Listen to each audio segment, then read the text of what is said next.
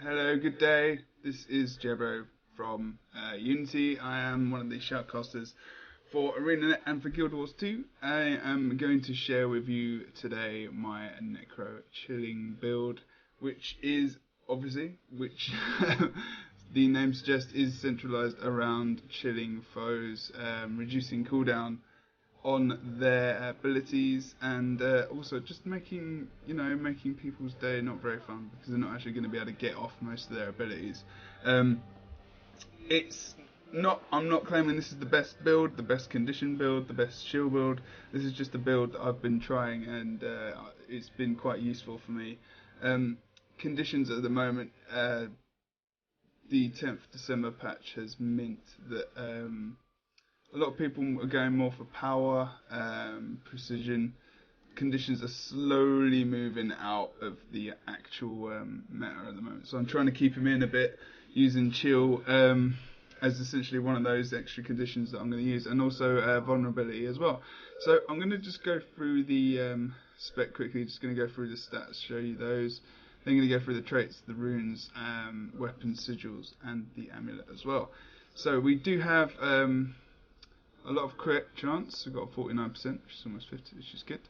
A lot of condition damage, 1.4k. A lot of toughness for survivability. Condition duration, which is just a bit of a bonus really for the chill. Boon duration, don't really need that. Get a bit of might, which is sometimes nice to have a bit of extra boon duration, but that's just from a trait line really. Almost 1k vitality. And yeah, so that's not too bad stats wise. Just going to go to the traits and have a look at those. So I've gone for a 20, 30, 20, 0, 0. So 20 points in Spite. For the Adept, I've gone for Spiteful Talisman, which recharges focus skills and increases their range, which is very, very useful. On the focus, we do have Reaper's Touch, which gives vulnerability, which is one of the essential things for this build, and also regen. It also gives Spinal Shivers, which is a chilled, as you can see there, it's minus 66% movement speed and minus 66% skill recharge rate. So when you're going up against a Guardian and he's used all his cooldowns and it's one, pain in the ass to get him down, really useful to get like a minus 66% chance to reduce the skills, the recharge rate, which is really, really, really useful. Also, gaining health on killing a foe is fairly useful. Right, so, gaining healing power based on your power. So, I get a tiny bit of healing power, but it's not really the reason why I've gone this far. So, cast Spinal Shivers on a foe when attacking them while their health is below the threshold. So, basically, when they're below 50% health, you are going to cast that again. So that's good. To get some extra chilled on there, which is also very, very awesome. And getting rid of those boons as well, which is very, very, very beneficial. So I stopped there on the Spite line. Gone for curses, so condition damage and precision, which is condition damage is obviously one of the main things of this build as well. So blinding a target will also apply chill. I'm still not sure about this. I'm not really blinding a massive amount in this spec. But also, you do a lot of blinding when you're on Plague form. So permanently blinding when I'm in Plague, as you can see the blindness there, it should proc that chill. So yeah, that's very, very useful, because normally when I go into Plague, I do constantly blind and cripple, not really using the number 1 unless there's anyone down as well. But that's normally quite useful, so that's what I mainly use that for. Enfeeble, bleed and weaken nearby foes, which is really, really good when you go into Death Shroud. You're constantly basically putting up weakness on foes, which is really, really good. Sorry, not constantly, that's when you enter. I'll get to constantly in a minute. Lingering Curse, obviously that's good because I'm using a Scepter, so all the conditions I'm inflicting with Scepter is increased by 33%. So it's just essentially another condition duration which is added on there, which is really good. So as we go into Death Magic, which is toughness and boon duration, which I'm not really using too much. Staff Mastery, basically I'm using Staff Mastery basically so I can get the fear up quicker, which is obviously a good CC. And also for chill blends, which is an inscribed mark that chills foes when they trigger it and leaves a poisonous area. So for the chill and the poison, that's really, really beneficial. Obviously poison helps on the downs, and the chilled obviously is just my general overall spec, so that's really, really good. I've gone from the vulnerability on Death Shiver, so that's when you're in Death Shard, you're constantly applying vulnerability to nearby foes, so even if you haven't got any cooldowns on Death Shard other than Life Blast, you are constantly giving vulnerability, which is really, really, really good. So yeah, that's that. I've been trying this, it's quite good in solo queues as well, especially for supporting the team with the from the outside of the point. I don't really stand on the point. It's mainly all range damage, especially with the Scepter increased range trait as well, which is really, really good. So going to go quickly through the runes, which I've gone for.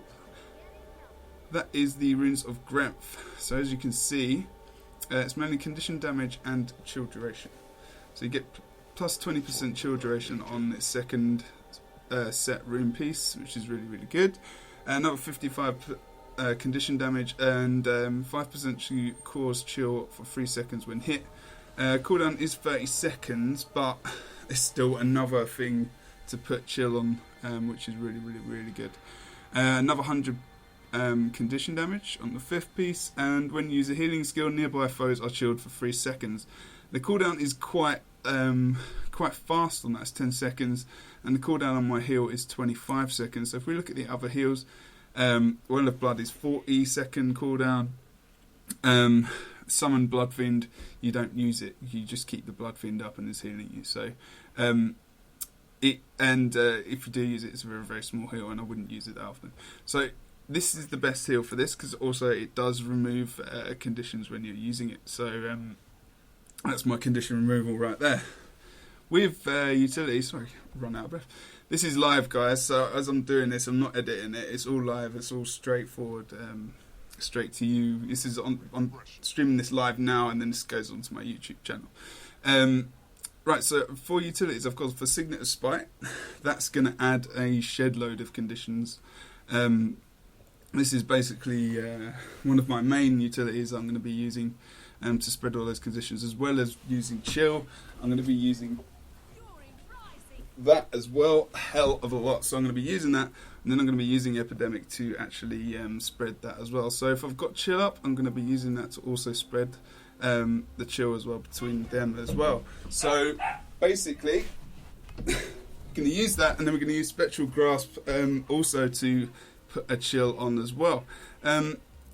Basically that's the kind of bulk of this build at the moment.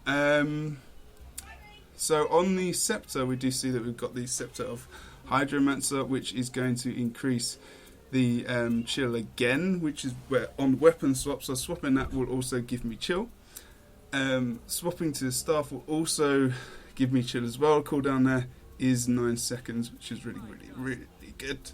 So I try and switch weapons quite a lot, which is pretty sweet, to get even more chill off, which is, as I keep saying, sweet. Sigil of Superior Peril is basically to increase vulnerability duration for 10% as well. So a lot of vulnerability, a lot of chill, which is also very good. PvP Rabid Amulet does give precision, toughness and condition damage. The toughness again is helping you to survive. Basically on you do need survivability as a player, especially running around, especially as a Necro, because you get quite squishy if you've got nothing to really help you to survive, which I haven't other than Plague and a Fear. So I've gone for some toughness to help me to survive. Also the precision, I wanted that crit to get the bleeding off on some of the traits on the trait line. Critical hits have a chance to cause bleeding, so I want to keep bleeds up as much as possible. So precision and crit chance is really important, along with condition damage.